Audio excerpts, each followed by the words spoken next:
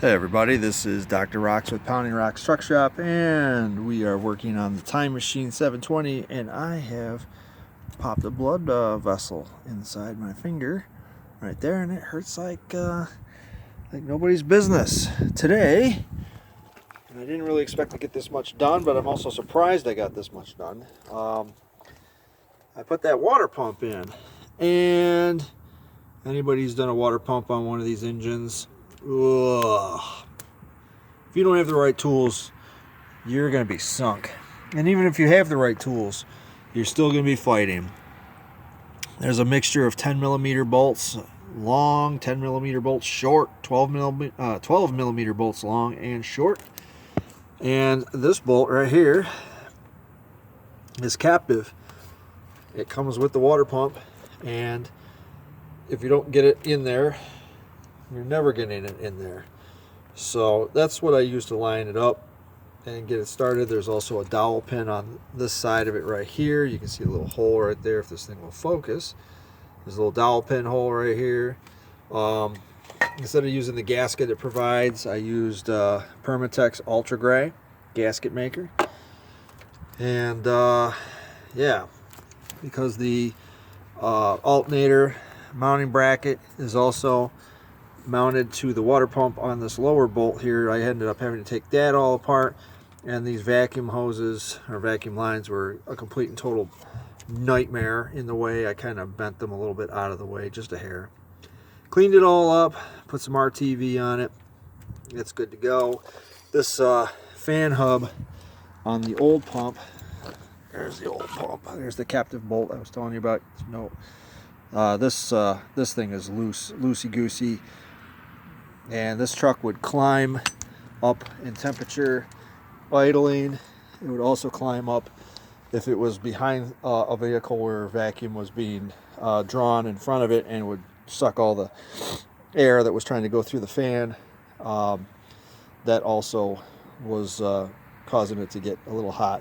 And also, it's got a 180 thermostat, which looks like it's seen way better days. So that's the original 180 thermostat. If you look on the bottom where the numbers are here, you can see 180 written on it, 180 degrees. We're putting a Motorrad 170 degree one in today. And here's the thermostat housing, the two 12 millimeter bolts. I'm glad that this one came apart, because the last Z24 that I did a thermostat housing on, the bolt broke off in there and ended up becoming a real treat. So yeah, that's the last part that I'm going to do today, and then I'm going to drop the radiator back in. Also, one of the reasons why this thing was probably overheating, well, not overheating, but running a little bit higher than normal, than what I'm comfortable with, is the fact that there was no radiator shroud. That got destroyed in the original radiator when this thing hit a deer. So I went and got a radiator shroud from a 720 in the junkyard, which is actually in really good shape. So I'm going to mount that to my aluminum radiator, which the aluminum radiator is sitting right here. I just got to remount that, and I'm going to also install the new coolant reservoir that I got from the junkyard as well, which is in better shape than what this one is. I'm going to keep the cap, but if you look here, you can pretty much push your fingers out. Like, you can see the hole right here. There's a hole right here. Plastic just dissolves.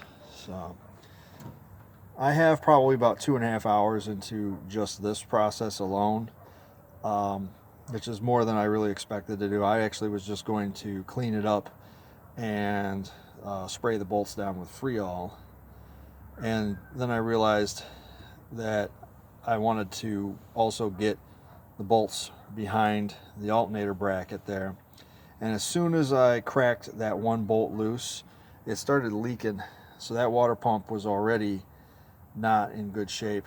It had a combination of paper gasket and RTV on it, which you never want to do.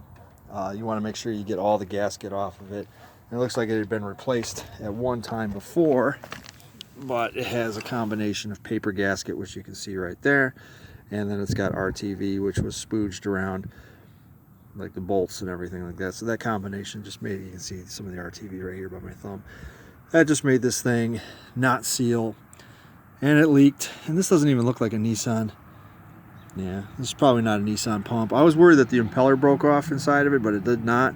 So the real main problem was that it's not supposed to spin that easily. It's supposed to have some resistance to it, and this has absolutely no resistance to it. So the fan wasn't doing what it was supposed to do. So I'm hoping that this summer, with the 170 thermostat right here, that this truck is going to be smooth sailing every day of the year or every day of the summer. Even if it gets up to like 80, 90 degrees, this truck will be just fine. So anyways, like, share, and subscribe.